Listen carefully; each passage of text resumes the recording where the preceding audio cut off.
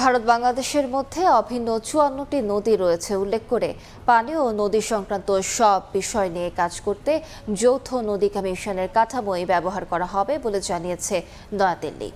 ফলে দীর্ঘদিনের অমীমাংসিত নদী ইস্যুগুলো আবারও দ্বিপক্ষীয় আলোচনার কেন্দ্রে আসতে পারে।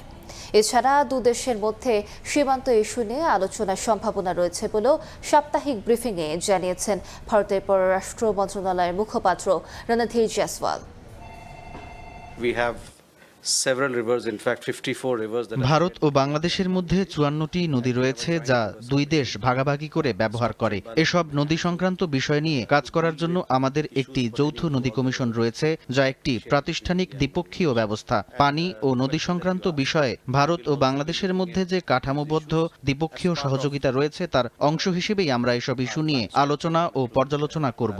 बांग्लादेश के साथ नीरज हमारे बहुत सारे বাংলাদেশের সঙ্গে আমাদের দ্বিপাক্ষিক ব্যবস্থা রয়েছে, যার মাধ্যমে আলোচনা হতে থাকে। এটি কাঠামোগত দ্বিপাক্ষিক ব্যবস্থা, এর মাধ্যমেই দুদেশের সীমান্ত ইস্যু নিয়ে সামনে আলোচনার সম্ভাবনা রয়েছে। ये स्ट्रक्चर्ड बायलैटरल मैकेनिज्म्स हैं।